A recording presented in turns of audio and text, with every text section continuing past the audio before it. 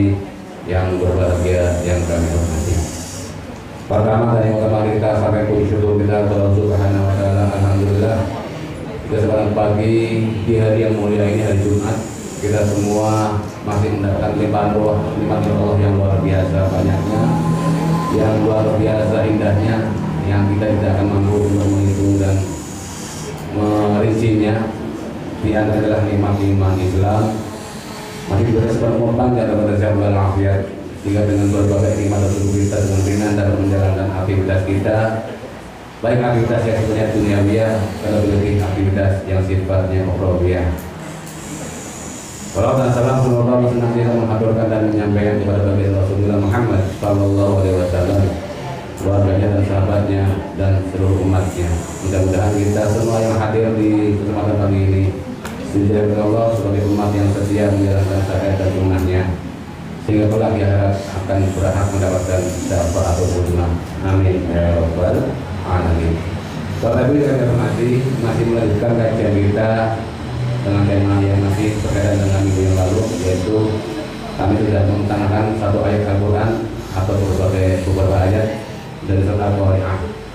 Fa'amma man thaqulat mawazinuhu fahuwa fi 'ishatin radiyah, wa amma man khaffat mawazinuhu fa ummuhu hawiyah, wa ma adraka ma hiya narun hamiyah.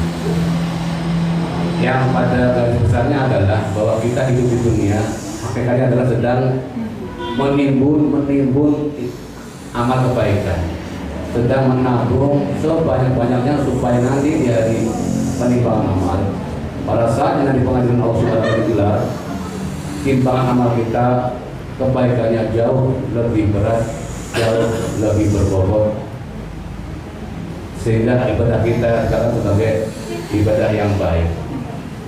Hadirin yang berbahagia, bahwa hakikat itulah maka kita semua dalam hidup di dunia intinya adalah sedang berlomba-lomba untuk mencari dan memperbanyak amal kebaikan supaya timbangan kebaikan kita di akhirat kelak semakin bawah. Umur tidak jaminan, umur panjang tidak jaminan amalnya lebih banyak daripada umur yang pendek. Ya, umur yang panjang bukan jaminan bahwa amalnya lebih baik daripada umur yang pendek. Hal ini ada sebuah riwayat para hadirin. Kelak di akhirat akan datang dua kelompok. Kelompok yang pertama adalah kelompok yang waktu di dunia usia hidupnya panjang-panjang, 70, 80, bahkan lebih dari 100. Kelompok yang kedua itu usia hidup di dunianya adalah kurang dari separuh usia yang kelompok pertama, usianya 40, 50 ke bawah.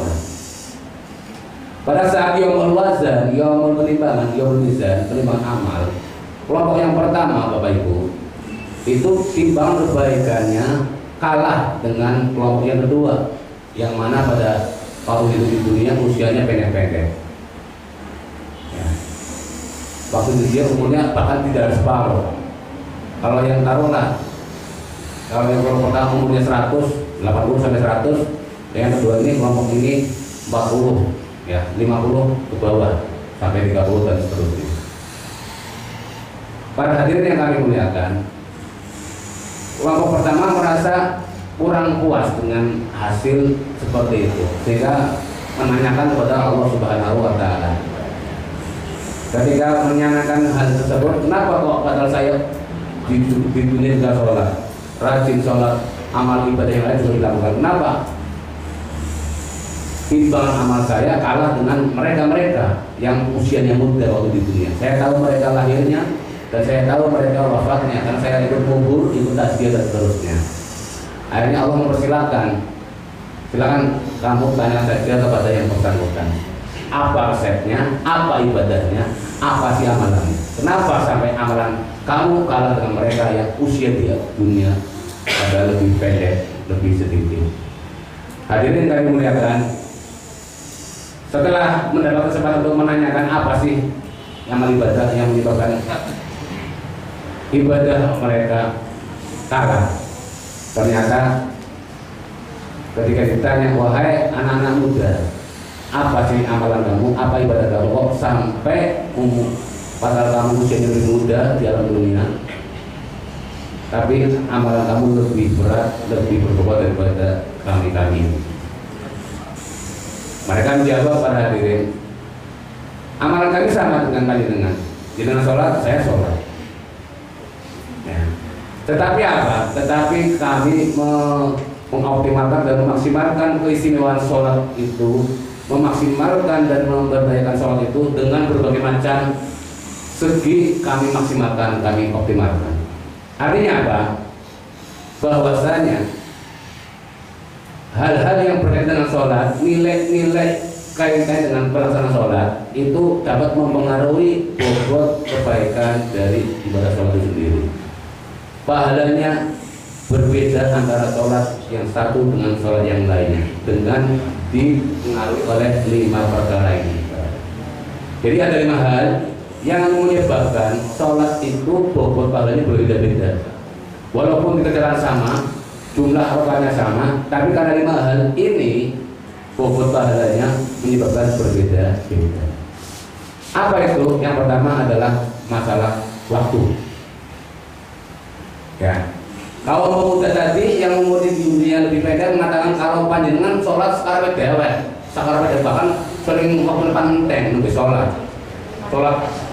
asar, sholat zuhur, paling jam kalau sholat asar, sholat maghrib, panjang kalau sholat isya. Ya, kalau saya sholat awal waktu, bagaimana Rasulullah menyampaikan tadi kan saya kepada sahabat, ya Rasulullah ayu a'malil afdal. Wahai Rasul, apakah yang paling mulia, amal apakah yang paling baik? Beliau menjawab, as-sholatu ala waqtiha. Sholat di awal waktu.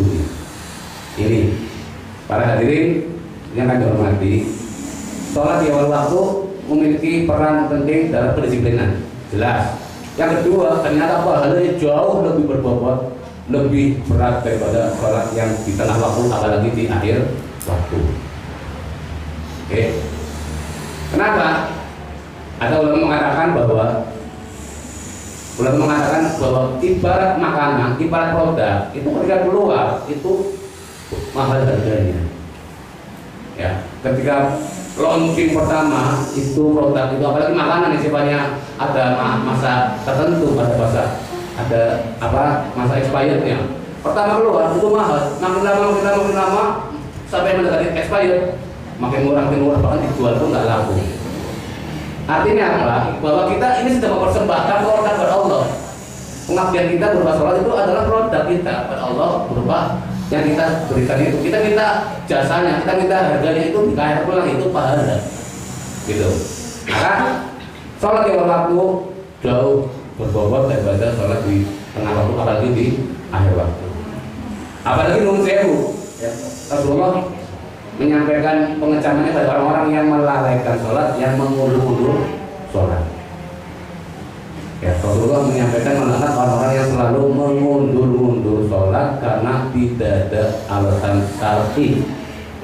Ya, tidak ada alasan yang dibenarkan oleh agama. Yuk sholat yuk, sholat isya engkol pak, ikatan cinta. Belum andin ya. Gua barang kon manin dijak manin, ayo ngantuk andin wis rampung, ayo ngantuk bilangnya gue ya preman wali ya, sampai kesel ngantuk kayak turu burung isya malah saya turu dan seterusnya. Ini sering kita abaikan seperti itu pada diri. Padahal itu menunda-nunda waktu dengan sengaja itu.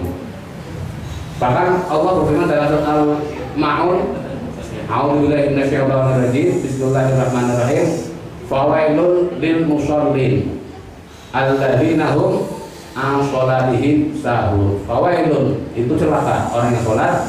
Siapa yang sholat itu celaka? Orang sholat itu celaka, mana orang sholat? Siapa yang maksud orang-orang sholat tapi celaka? Alladzina hum an sholatihim sahur. Itu orang-orang yang melalaikan sholat. Melalaikan di sini ditafsiri oleh ulama dalam kitab Al-Ibris itu katakan melalaikan di sini adalah menunda-nunda waktu sholat. Jadi mengulur-ulur sholat, Bapak Ibu, menunda-nunda sholat tanpa alasan yang dibenarkan oleh ajaran agama itu termasuk maksiat. Bahkan yang dikhawatirkan lagi baik kaum perempuan, baik kaum hawa adalah ketika ya pas datangnya waktu sholat belum kedatangan tamu, ketika masuk waktu sholat masih suci, ternyata ditunda setengah jam lah, 1 jam, bahkan 2 jam. Begitu mau ke belakang mau sholat, habis rampung andin pas sholat ternyata ada bercak merah, tamunya tetap. Padahal waktu masuk sholat masih suci, belum datang tamu. Ini adalah dosa yang tidak dirasakan, menyengaja meninggal sholat. Ini yang dikhawatirkan. Ya, ini buat ibu-ibu dan kaum remaja, kaum bawa. Ini kesalahan dosa yang tidak dirasakan seperti ini. Menurut saya, Bu, resiko yang menunda waktu sholat. Dan nanti setelah suci harus dan wajib mengqadha sholat. Ini satu kekhawatiran kami seperti itu. Rasulullah menyampaikan kekhawatirannya kepada kaum hawa ketika membiasakan diri dengan sholat yang di akhir itu kekhawatiran seperti itu. Ya, menunda dan mengulur waktu punya dampak secara hukum syariat adalah ketika masuk waktu tamunya belum datang, ketika mau sholat ditunda sudah setengah jam atau 10 menit atau 1 jam. Begitu mau ke belakang ternyata ada tamu. Ya, ini kan dengan sengaja mengulur waktu, risikonya adalah kita melupakan bahwa itu. Maka nanti ketika suci para ibu, kalau suci demikian wajib mengqadha sholat. Ya, itu yang pertama. Oke, masalah waktu. Jadi sholat yang dikerjakan di awal waktu bobot pahalanya berbeda dengan sholat yang di tengah waktu atau bahkan di akhir waktu. Yang kedua, para hadirin, kelompok pemuda yang umurnya lebih pendek daripada yang pertama mengatakan kalau panjenengan sholat itu sering di rumah, orang urun masjid paling tunggu mata ke orang ya. Tapi kalau saya diusahakan di masjid, saya belajar berusaha untuk di masjid. Kenapa? Karena sholat di masjid itu berbeda bahwa pahalanya dengan sholat di rumah. Walaupun sholat boleh dilakukan di mana saja, di kantor, di pasar, di mana saja yang suci, tetapi tempat yang sudah disiapkan, tempat yang menjadi rumah Allah Subhanahu wa taala itu jauh lebih berpokok pahalanya. Para hadirin kami melihatkan ada keterangan bahwa di alam dunia ini ada 3 masjid yang punya nilai keistimewaan. Ya, ada 3 masjid yang mempunyai nilai keistimewaan dalam hal ibadah. Wa inna min tazad hadil masjid as-salasah, 3 masjid di alam dunia yang punya nilai keistimewaan. Dalam arti apa? Dalam arti ibadah di masjid itu nilai pahalanya jauh lebih banyak, lebih berlipat ganda daripada di masjid yang lain. Yang pertama adalah Masjidil Haram. Masjidil Haram yang dibangun oleh Sayyidina Ibrahim serta putranya Sayyidina Ismail itu adalah tempat yang mulia dan terhormat. Sholat di sana Bapak Ibu, satu sholat itu sama dengan bini alfi sholatin fi siwa minal masajid. Artinya apa? Sholat di Masjidil Haram, satu kali sholat itu sama dengan 100.000 sholat di luar Masjidil Haram. Itu luar biasa keistimewaan. Jadi sekali sholat, makanya orang umroh atau orang haji itu benar-benar panen pahala. Satu kali sholat di sana sama dengan 100.000 kali sholat di luar Masjidil Haram. Itu yang pertama, ranking pertama itu. Yang kedua adalah Masjid Nabawi Madinah, dibangun oleh Rasulullah setelah hijrah. Ya, Masjid Nabawi para ibu, para bapak, ibadah di sana nilainya satu kali sholat di Masjid Nabawi, ya, satu kali sholat di Masjid Nabawi itu sama dengan bi alfi sholatin siwahu, sama dengan 1000 kali sholat di selain Masjid Nabawi. Jadi kelipatannya hanya 1000. Tapi kalau di Masjidil Haram 100.000. Yang ketiga Masjidil Aqsa, itu dibangun oleh cucu dari Nabi Ibrahim, ya, yang bernama Yakub. Yakub itu putra Nabi Ishak. Ishak itu putranya Nabi Ibrahim. Masjid Aqsa yang di Palestina yang sekarang sering dijadikan apa namanya rebutan tiga agama ya untungnya Nasrani dan Islam, itu dibangun oleh Nabiullah Yakub alaihissalam, cucu daripada Nabi Ibrahim. Itu juga punya keistimewaan para hadirin. Sholat di sana satu kali sholat sama dengan bihom simiatin, sama dengan 500 kali sholat di luar Masjidil Aqsa. Jadi itu pengaruh tempat. Tiga tempat ini sudah disampaikan oleh Rasulullah punya keistimewaan. Masjidil Haram itu tikelannya sampai 100.000, Masjid Nabawi sampai 1.000, sedangkan Masjidil Aqsa 500 lipat ya. Satu kali sholat sama dengan 500 sholat di luar masjid itu. Ini keistimewaan masjid. Bapak Ibu yang berhormati, kemudian kita ingat sebuah hadis Rasul menyampaikan la sholata di jaril masjid illa fil masjid. Tidak sempurna bagi seorang tetangga masjid sholat tidak di masjid. Artinya apa? Wong tangga di masjid ya sholatnya ya di masjid. Kalau tetangga masjid tidak sholat di masjid, maka sholatnya tidak sempurna. Kalimatnya kalau sholatnya itu ditafsiri adalah tidak sempurna. Itu penafsiran menurut Imam Syafi'i.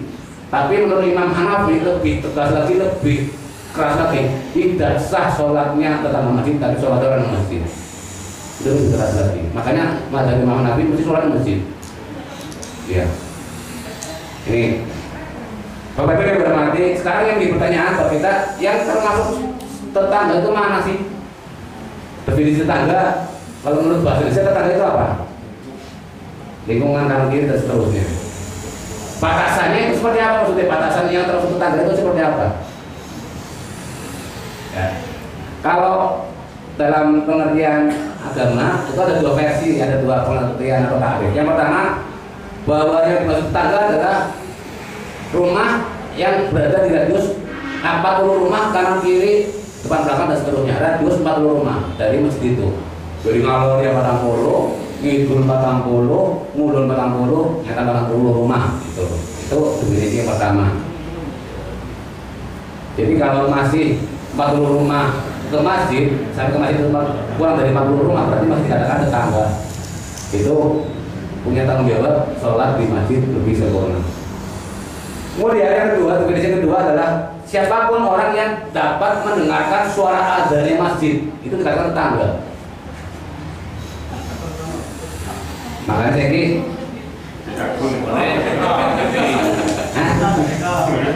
kalau dulu zaman Nabi kan belum ada pengeras suara ya, tapi bila suaranya begitu melengking, ya begitu melengking sampai menurut kadang sampai berapa hasta itu kira-kira kurang lebih 200 meter, 300 meter. Itu melengkingannya begitu melengking banget. Tapi kalau sekarang menggunakan pengeras suara, berarti kan jangkauannya lebih luas. Apalagi di keadaan hening, ya lebih jauh lagi. Tapi terlepas dari apakah pengertian itu, mari maksudnya kita semua ini hanya ya kita kan punya tanggung jawab masing-masing untuk memperbaiki ibadah kita. Ya. Kita nggak usah jauh-jauh, kita berusaha untuk memperbaiki kualitas ibadah kita. Ya kita berusaha memaksimalkan diri supaya bisa sholat di masjid. Punya nilai keistimewaan yang luar biasa banyak sekali.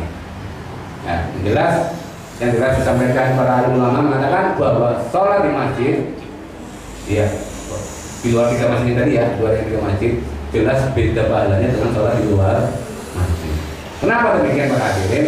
Karena secara logika tempat itu pengaruh harga, pengaruh dan seterusnya.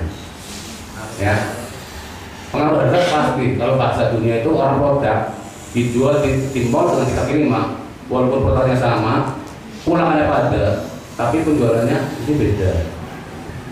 Oke, harga sama, modalnya pada, tapi nanti kita dijual beda. Contoh, oke, saya tani durian. Nah, tani durian ya, panen. Karena panen banyak, ini taruhlah dianggap sama rata, modal sama, berat sama. Saya ngedrop di kaki 5, ini dijual. Terus bagian di drop di supermarket, ya, dengan kualitas ciri dan jenis yang sama, apakah yang di supermarket durian saya dengan yang di kaki lima itu dijual harga yang sama? Beda, pasti beda, berlipat-lipat bedanya.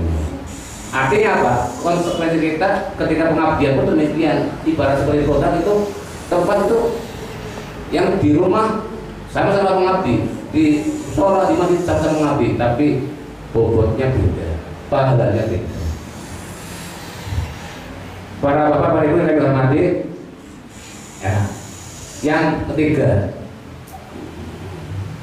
pemuda tadi, para pemuda ini menyampaikan bahwa sampai waktu dalam dunia sebanyak sering dewekan, ngomong ya, ngomong sering dewekan. Kalau di bojone lagi masak, kalau di bojone lagi nyusoni bocah. Jadi mana judulnya asal sholat. Ini sholatnya dewekan. Aku sering masih jamaah. Nah, dari segi teknis pelaksanaan sholat itu juga ada pengaruh pahala. Memang sholat ada dua cara, munfarid dan jamaah. Tapi sudah disampaikan oleh Rasul, sholatul jamaah afdalu min sholatil fardhi. Sholat jamaah afdalu lebih utama min sholatil fardhi daripada sholat sendirian. Bisa wa isyrina darajat, dengan 20 kali derajat. Artinya apa? Limpahkan keistimewaan sholat jamaah itu sampai 27 kali. Itu masih lebih bagus sholat jamaahnya daripada yang sholat sendirian. Maksudnya gimana? Maksudnya gini. Nih, Om Sewu, panjenengan pernah mengerjakan sholat 27 kali, Bu? Sholat mikir-mikir tapi sendirian pernah? Sholat 27 kali tapi dikerjakan sendirian alias munfarid, itu pahalanya belum bisa mengungguli, sholat yang jamaah walaupun hanya sekali. Gitu. Maksudnya seperti itu. Walaupun sholat jamaah sekali, itu pahalanya masih bertobat daripada sholat yang 27 kali tapi sendirian. Nah, sekarang rekor kita sholat paling banyak tarawih mungkin, 10 kali sholat. Wis rongkel, baru pada rekor segala macam. Andaikan mampu sholat 27 kali kita sendirian, itu masih belum bisa mengungguli pahala orang yang sholat jamaah walaupun hanya 1 kali. Hebatnya sholat jamaah itu berkali. Maka ini adalah yang paling mudah kita kerjakan. Kenapa? Minimal rolos ya. Minimal kan rolos. Kalau kita sama suami istri, mah ini mau sama dikit. Ini bisa kerjakan. Kita dalam rangka memberikan solusi berlomba-lomba supaya bobot amal kita bermutu, berkualitas, bermakna, lebih mantap. Oke. 20 kali jangan jelasannya loh. Jangan disepakatkan ini urusan-urusan kita untuk kehidupan yang lebih abadi ya. Itu harus kita pikirkan, harus kita fokuskan. Jamaah itu jauh lebih. Saya sering memberikan gambaran para hadirin. Saya sering memberikan gambaran masalah mata uang. Ibarat sholat jamaah itu ibarat uang 50.000. Sholat sendirian 2.000. Itu kan 25 kali ya, dikelas 25 kali. Sholat munfarid itu 2.000 rupiah. Sholat jamaah 50.000 rupiah. Itu dengan gambaran 25 lipat loh. Oke. Ya. Andai kan panjenengan punya uang ini 2.025 lembar. Ya, saya punya uang 50.000 1 lembar. Kan nilainya sama ya, nilainya sama. Ya, sama 50.000. Tapi penilaian lain beda. Ada penilaian lain yang justru itu lebih sensitif, penilaian lain itu beda. Apa itu? Kategori atau statusnya yang punya. Maksudnya gimana? Maksudnya wong sing duwe 2.000 sampai 1.000 lembar, itu udah wong larat. Wong larat itu dompet gede, kandel, antun ini 100-an, 200-an, 500-an, 1.000, 2.000. Tapi wong sugih dompetnya tipis. Isinya abang-abang biru-biru, abang-abang biru-biru. Ya, artinya apa? Wong sing sugih pahala mesti tanpa sholat jamaah. Wong sing sugih banget mesti melakukan sholat jamaah, mementingkan sholat jamaah. Tapi wong sing pelarat banget lah diri sebaya, ya gitu loh. Ya, kita bisa buktikan itu. Walaupun nilainya sama 50.000, duit 2.000 selalu lembar, duit 50.000 lembar, nilai pada 50.000, tapi pilihan lain adalah menunjukkan si duit 50.000 itu tunda wong sugih.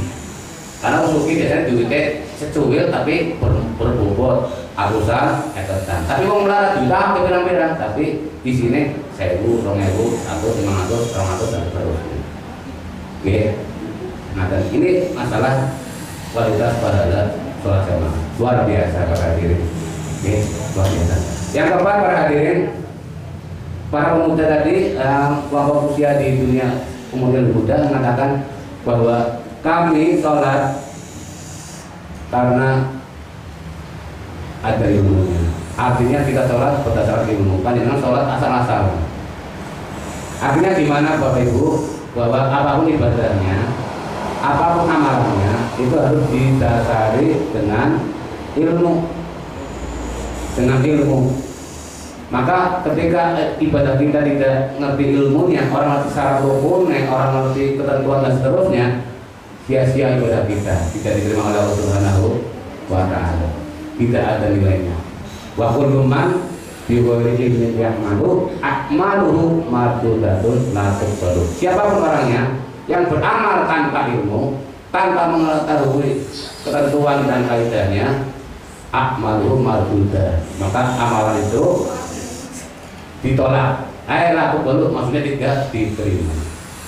Apapun ibadahnya, termasuk sholat, maka kita harus memahami apakah sholat itu rukun-rukunnya apa saja, sunnah-sunnahnya apa saja, syarat-syaratnya apa saja, itu harus kita pahami. Dan sementara tadi yang disampaikan dalam itu, kaum sufi itu sholat asal sholat, nggak mau ngaji, nggak mau meneruskan bagaimana melanjutkan bagaimana ilmunya sholat seperti apa. Simpelnya dulu buru-buru juga. Ya, takoni salam itu apa? Salam yang lingop. Takoni takbir apa? Takbir sebenarnya ngangkat tangan. Ini banyak pemahamannya seperti itu para hadirin. Orang menafsirkan takbir itu apa Bu? Menafsirkan takbir itu apa? Takbir itu apa Bu? Takbir. Ya. Orang menafsirkan takbir itu mengangkat tangan Bu. Benar atau salah? Ya. Orang menafsirkan salam itu melingkup. Benar atau salah? Ya, kayak takoni ngomong bae.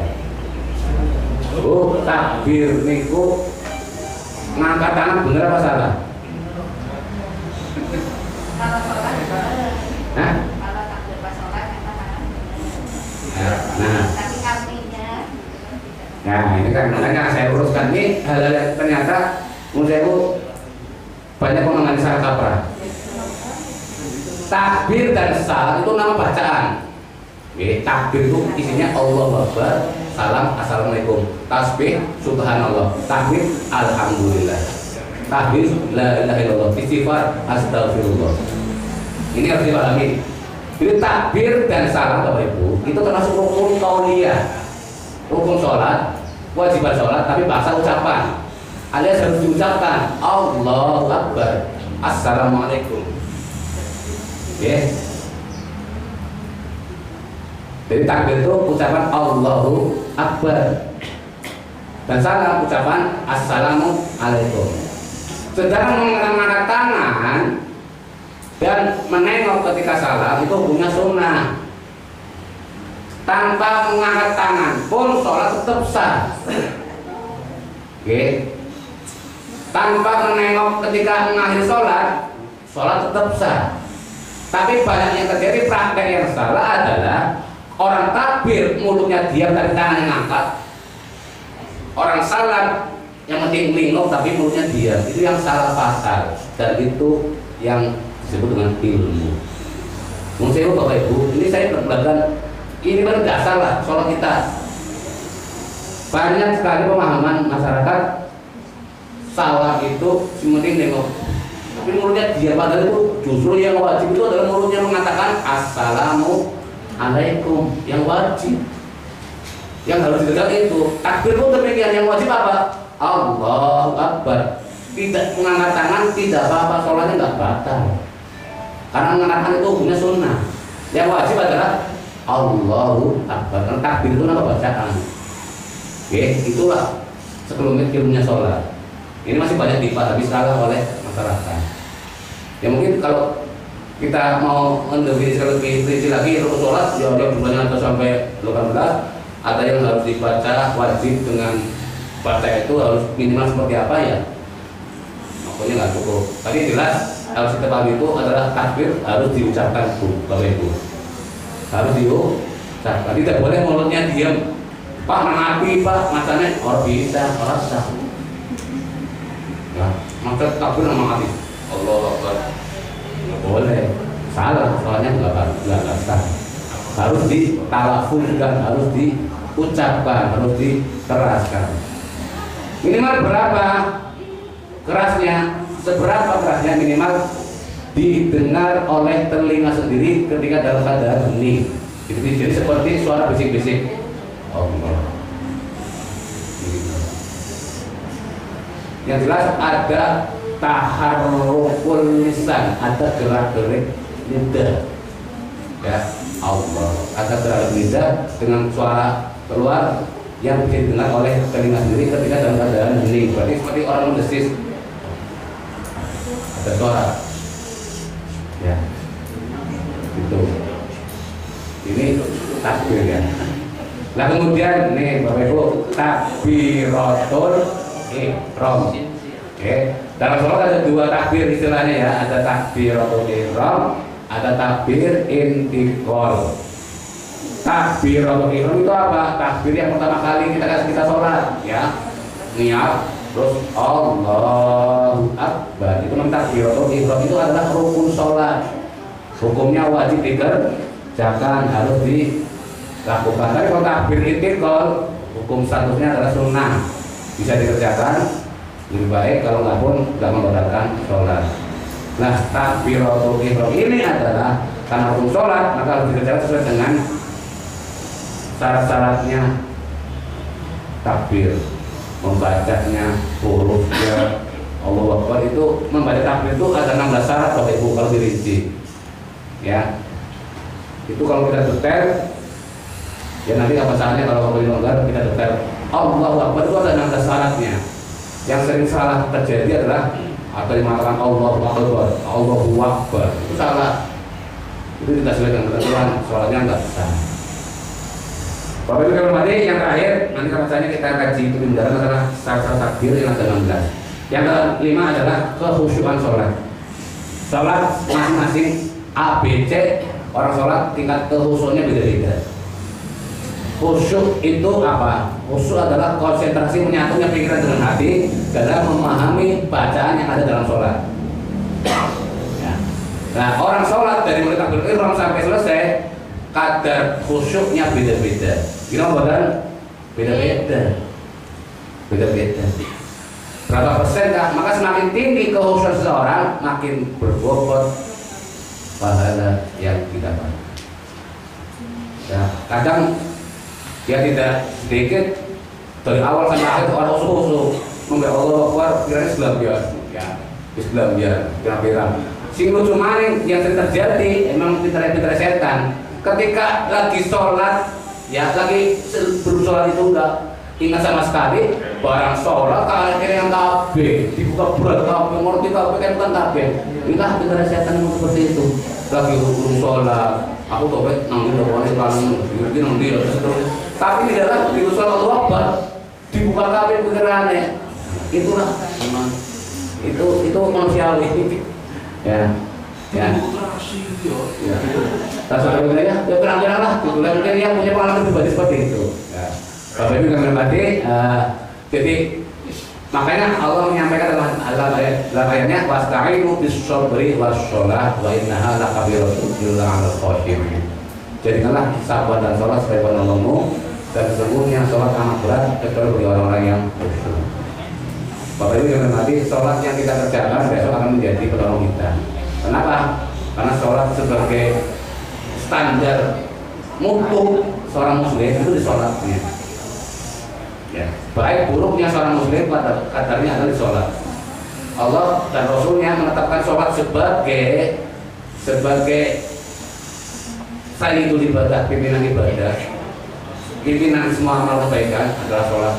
Itu kenapa? Karena sholat dikerjakan oleh seluruh umat Islam tanpa kecuali. Ya, ditetapkan sebagai besok di akhirat sebagai pertama kali ditanyakan dan menjadi barometer baik dan buruknya ibadah seseorang, amal seseorang adalah sholatnya. Kenapa? Karena sholat itu berlaku untuk semua umat Islam.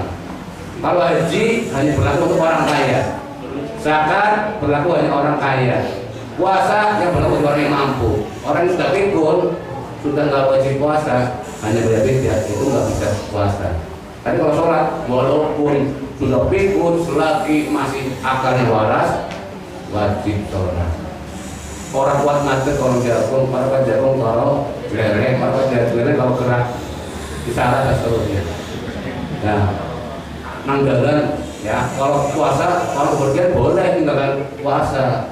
Mau nggak mati sahur, nanggalan orang sholat tetap harus sholat, walaupun diberi kurusokan, diberi kirimanan, ya di jam malah dikosor tetap dapat wajib. Kenapa? Karena mulainya luar biasa di sini. Tapi kita nanti ingin informasi nanti jam 9 kita akan akhiri karena ada acara teman-teman yang lain. Jadi nanti kalau ada mau tanya jawab kita batasi waktu saya jam 9.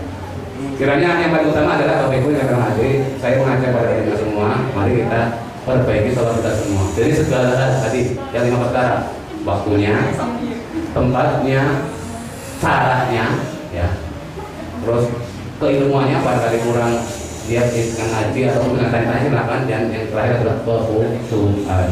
Itulah 5 perkara yang menyebabkan sholat itu berbeda pahalanya, berbeda kualitas bobot belajarnya dan lain sebagainya. Yang paling utama adalah kenapa kita harus memperjuangkan sholat? Karena kita harus bela-belain sholat. Kenapa sholat sebagai sayyidul ibadah, pimpinan itu berarti kepala, ya. Apapun bentuknya, organisasi atau apapun, kalau kata kepala, nanti tidak jawaban. Kalau saya gambarkan Bapak Ibu, yang rukun Islam ini Bapak Ibu ada keterangan akan ini semacam ada anekdot tapi ada maksudnya. Rukun Islam yang 5 itu semua punya simbol di dalam tubuh kita. Ibadah haji itu disimbolkan dengan kaki, karena ibadah haji adalah ibadah napak tilas, sa'i, ya, ibadah tawaf itu kaki, oke, itu disimbolkan di kaki.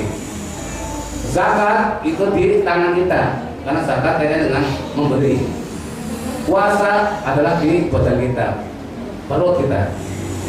Zakat terus sholat kepala, pimpinan. Okay. Orang tanpa kaki masih ada kepala yang masih tidak ada manusia. Orang tanpa tangan masih ada kepala, masih tidak ada manusia.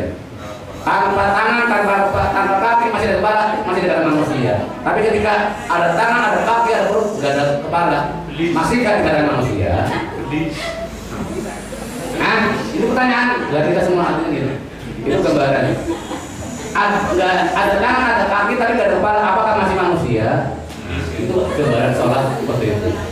Maka dari itu, mari kita berwasiatnya kepada diri sendiri sebelumnya pada Islam.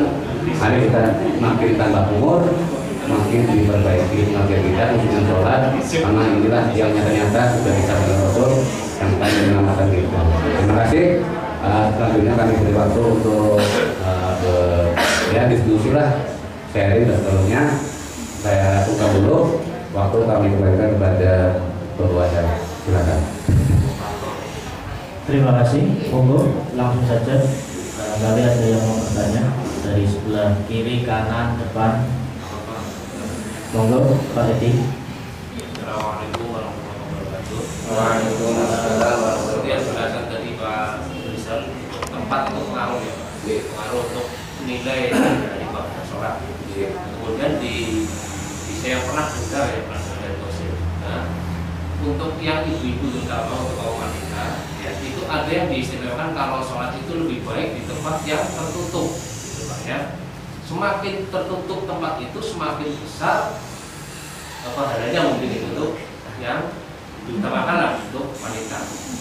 Dan kemudian permasalahannya kadang juga wanita pengen jamaah di masjid, Pak. Di situ mungkin ada nilai silaturahmi dan sebagainya. Padahal katanya kalau misalnya di rumah pun, kalau dia sudah bersuami, dia dapat pahala jamaah dari suaminya. Nah itu kira-kira lebih bagusnya itu bagaimana untuk wanita memang saya juga pengen di masjid, itu gimana? Baik. Langsung saya jawab ya. Memang betul Bapak Ibu, maksudnya kaum hawa memang ada hadis sebaiknya ibu itu sholat di rumah. Bahkan disampaikan kalau datang ke masjid menyebabkan fitnah, dan ini mayoritas ya di kalangan istilahnya di tanah Arab di sana ya, karena saya di sana kan kepribadian orang udah beda, emosinya kan beda dengan orang sini. Jadi memang ibu-ibu sebaiknya sholat jamaah ataupun sholat apapun di rumah sebaiknya. Tetapi ada satu keterangan kalau ya pertama yang ibu-ibu lansia ya yang tidak mendatangkan maksiat atau tidak mendatangkan fitnah itu disilakan di masjid. Tapi kalau masih muda terutama yang masih produktif dan seterusnya itu masih mendatangkan fitnah, masih mendatangkan istilah ya pokoknya juga fitnah lah, mendatangkan iya gitu maksudnya membuat godaan.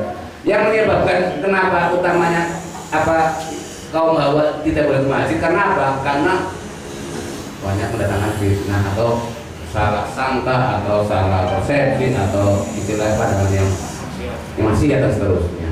Itu apalagi nong sewu kalau kaum hawa cenderung istilahnya agak penampilannya lebih dinyentrikan, penampilannya lebih diutamakan. Jadi akhirnya menyebabkan ya mata-mata keranjang. Mau kenalnya cara-cara wangi-wangian Pak. Maka sehingga dianjurkan kalaupun jamaah di masjid itu diusahakan berangkatnya belakangan. Berangkatnya belakangan. Artinya apa? Itu dimaksud supaya tidak terpantau oleh mata-mata yang kita di maksiat. Gitu. Jadi kalau memang mau ke masjid, terutama yang ini, yang kering ke masjid, itu solusinya adalah berangkatnya kiri-kirian. Ya. Memang betul. Dari saya katakan lagi, memang kaum ibu-ibu memang sebaiknya sholatnya di rumah. Itu ada ininya, ada referensinya. Dan bahkan yang sering mendatangkan maksiat ketika ibadah di masjid itu belum besar karena akan mendatangkan maksiat ya terutama yang masih produktif. Tapi kalau dirasa aman ya faktor utama sebenarnya adalah apa? Itu kan tadi faktor utama kenapa mendatangkan maksiat, maka dianjurkan untuk sholatnya di rumah. Sehingga ada kelebihan dari kalau dia sudah punya suaminya ikut jamaah, suami sholat Jumat itu punya pahala itu kesewajan ke istrinya itu. Artinya apa? Supaya bombong-bombongin waktu merasa satu bisnis anak perwakilannya kan begitu, bahasanya seperti itu kan lebihnya. Ngerti ya? Monggo.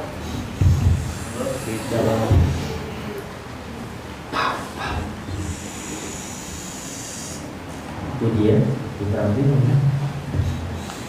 Assalamualaikum warahmatullahi wabarakatuh. Dari Pak Edi ya. Memang kan kalau perempuan memang harus sholatnya di rumah. Cuma kalau kita toh juga niatan kita ke masjid itu kan memang benar-benar untuk sholat ya. Nah pertanyaannya adalah kalau misalnya niat saya itu soalnya kalau saya terawih di rumah itu biasanya nggak lengkap. Cuma kadang itu dapat mungkin hanya itu nggak lengkap gitu loh Pak. Akhirnya kita niatan sholat di masjid itu kalau dilengkapkan kalau di masjid kan ada paketan gitu ya Pak. Itu gimana? Kalau udah lengkap gitu loh dari. Ya memang betul Bapak Ibu, memang salah satu kemudian sholat di masjid kan satu karena banyak temannya, akhirnya semangat ibadahnya beda dengan sholat di rumah. Apapun kalau pekerjaan apapun kalau banyak temannya romojo ya rampung seneng karena semangat jamaahnya itu ada. Contoh wis sholat puasa sebulan ya sebulan kan suwe tapi bareng-bareng ya pernah tapi kalau Senin Kemis Wah Senin Kemis kowe. Lah pati rek yo berangkat sungkan lakoni ini. Apa? Kenapa? Karena jamaah itu tadi. Ya. Kesabaran.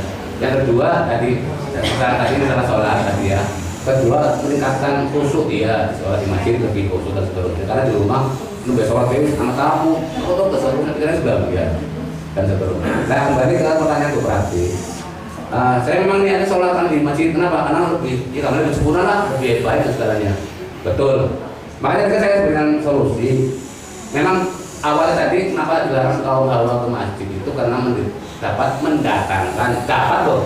Berarti nggak semuanya dapat mendatangkan fitnah, dapat mendatangkan pikiran yang nggak beres lah, dan seterusnya. Nah, maka dalam hal ini ada satu solusi supaya terbebas dari istilah fitnah dan seterusnya. Maka satu datangnya mungkin diperlambat, yang kedua mungkin dari trik-trik pengurus masjid atau apa dari jalan tertentu, mamanya disetek, disapir ini dulu kaum ibu-ibu lewat sini dan seterusnya supaya tidak ada wajah atau pertemuan face to face secara langsung gitu. Ya, jadi supaya terhindar dari itu. Oke, jadi silakan saja. Memang niatnya pengen lebih baik di masjid seperti itu, memang lebih sempurna ibadah lebih segalanya memang di masjid. Apalagi terawih yang jumlahnya banyak, kalau jemaahnya banyak, kita temannya banyak kan insya Allah semangatnya juga beda. Pasti selesai, pasti rampung. Tapi memang kalau di rumah terawih membimbing kiloin harus kesel, pikirannya pirang-pirang. Boleh dikata mungkin berapa orang rampung, 10 salaman atau 4 kali salaman, ya, yang 8 rakaat atau yang 20 rakaat. Tapi kalau di masjid insya Allah sampai doa puasa ya Pak. Nawa itu semua gotim. Nah kan Bu, silakan saja Bu. Yang penting intinya kita kalau bisa itu solusinya itu mengakhirkan kedatangannya dalam arti supaya terhindar dari itu. Yang kedua barangkali takmir masjid atau musola punya trik tersendiri, memberikan jalan khusus ibu-ibu sendiri untuk bapak-bapak sendiri. Padahal sih menurut saya kalau istilahnya kaum lelakinya orang Indonesia masih ya belum. Ini kan karena memang kondisinya bicara di sana yang karena kondisinya lebih panas. Ya iya. Lebih kontrasnya lebih tinggi bahasanya loh. Panas. Lebih lancar panas. Lebih ekstrim. Iya. Makanya saya rasa dia banyak catat rapat-rapat. Makanya terus. Dia malah jadi ngotak terus gitu. Pantai pagar, sampai gembus. Paling pun daging ayam, ya ayam leher. Ada lagi Ibu Anci.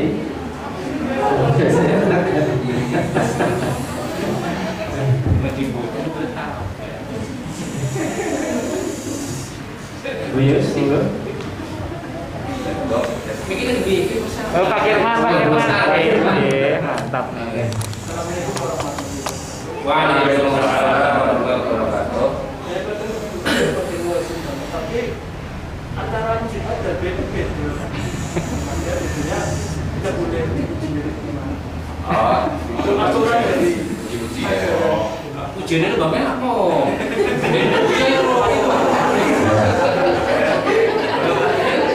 Ya masalah ujian, ini kan berbeda pemahaman ya sebenarnya. Masalah ujian yang sewu ini kan ada berbeda pemahaman antara kelompok muslim satu dengan kelompok muslim yang lain. Kalau saya sampaikan juga nanti yang berseberangan nanti kan nggak terima istilahnya, karena nanti nggak terima karena sebenarnya ada itu nggak perlu berbesar. Masa ujian dilarang ini, sana malah di sini dilarang. Termasuk juga di sana diem, di sini ramai dan seterusnya. Ini kan berbeda. Yang jelas itu bukan satu yang perlu diperbesar, perlu disini. Tapi intinya ujian itu yang jelas tidak ada larangan ujian. Pokok itu adalah menguji kepada yang Allah, kepada yang kuasa. Ya intinya hanya berbeda. Ini kalau saya sampaikan jelas secara rinci ya, nanti malah inilah. Biasanya untuk menunggu imam biasanya ya kalau iya. Uji-uji itu bisa berbentuk perawatan, bisa berbentuk apapun intinya. Ya tergantung kita mensikapi, tergantung siapa yang mensikapi anti ya masih kok mau ujian bohongan dan sebagainya. Tapi kalau yang senang selawat segala macam yang dulu malah berdoa malah senang. Jadi intinya Pak Sudirman masalah ujian itu memang kita harus pahami bahwa di Indonesia itu Muslim itu terpecah banyak kelompok-kelompok itu. Nah pemahaman itu masing-masing kelompok itu beda-beda. Di kelompok ini nggak boleh ya punya argumen sendiri. Di kelompok ini di sini malah diurusan malah diramekan masing-masing sendiri. Tapi kalau kita sampaikan nanti terangkan kita beda diri dan seterusnya. Nah, semuanya benar tidak ada yang salah itu yang nggak sholat jauh. Oke, yang salah yang nggak ada masjid. Oke. Jadi masalah pendidikan tidak ada larangan tidak untuk itu tidak haram itu nggak ada cuma ini hanya untuk ekspresi bagi yang senang ujian ya daripada ini saya sampaikan yang senang ujian daripada ngomong ngalor itu dari orang terteka ngelamun yang biar mendingan kita puji-puji ya seperti itu selawatan lah dengan zikir lah dan seterusnya itu seperti itu Pak. Ngaruh ya? Betul tak ono. Turu buat.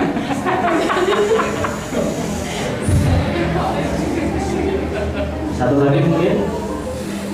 Nggak ada? Pak Yadi mungkin? Ya sempat dapat jodoh. Kalau sudah tidak ada, berhubung nanti jam 9 ada latihan hadroh, ini vokal apa? Vokalis apa? Bicara di sini. Kita akhiri saja. Sebelum diakhiri, saya selaku pembawa acara mohon maaf sebesar-besarnya apabila dalam membawakan acara banyak salah dan hilang. Marilah kita tutup acara ngaji bareng dengan Bapak Kiai Muhrijal SPDI dengan bacaan hamdalah alhamdulillahirabbil alamin. Wassalamualaikum warahmatullahi wabarakatuh. Waalaikumsalam warahmatullahi wabarakatuh.